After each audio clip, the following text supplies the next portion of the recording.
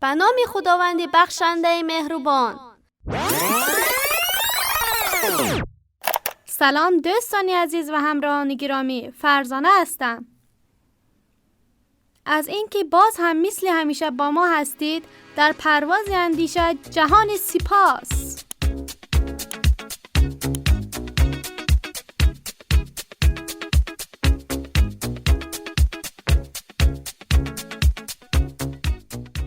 برنامه امروز ما درباره یک حیوان بسیار بزرگ و سنگین وزن می باشد.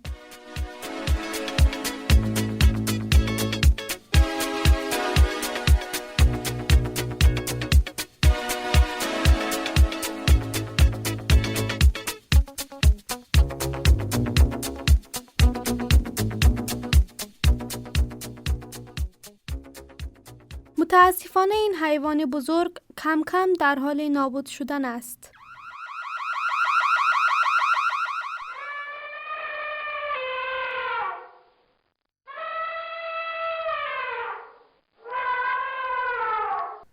باز هم مثل همیشه شما درست حدس زدید.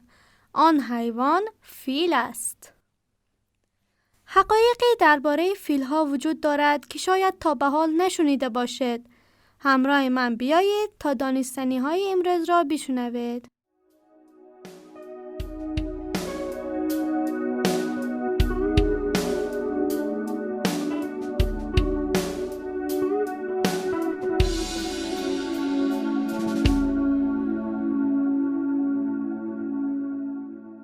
به نظر شما عاج یا همان دندان فیل‌ها چند کیلوگرم است؟ همان طور که خودتان می‌دانید، فیل‌ها یکی از غول‌پیکرترین حیوانات کره زمین هستند که به طور کلی بزرگ‌جثه‌ترین حیوانات در سطح خشکی هم می‌باشند.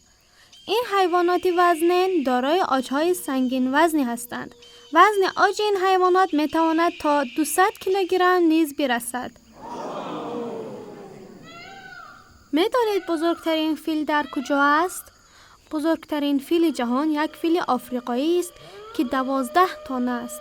این فیل وزنین ترین حیوان جهان شناخته شده است و قد آن تقریباً 14 متر است که در این گونه از فیل‌ها کاملاً خاص، بی‌نظیر و شگفت‌انگیز می باشد.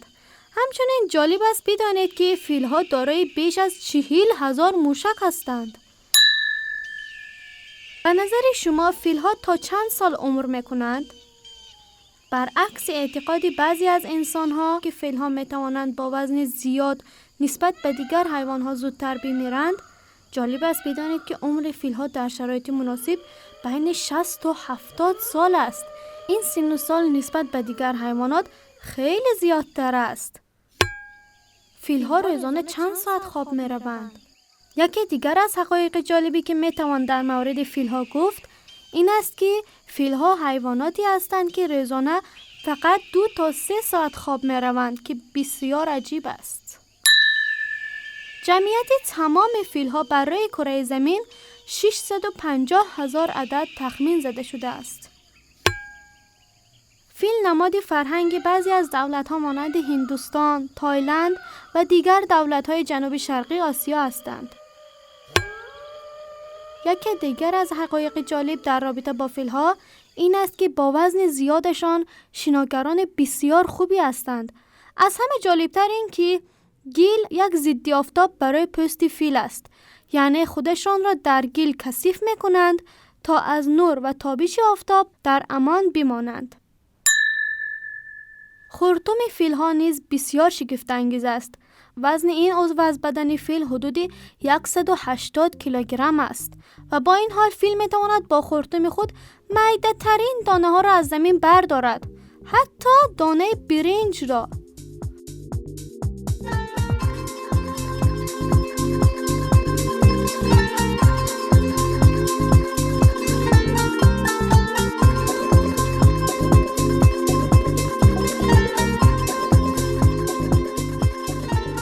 دوستان عزیزم، برنامه امروزمان هم به پایان رسید. امیدوارم برایتان مفید باشد. شما را به خدای مهربان می‌سپارم.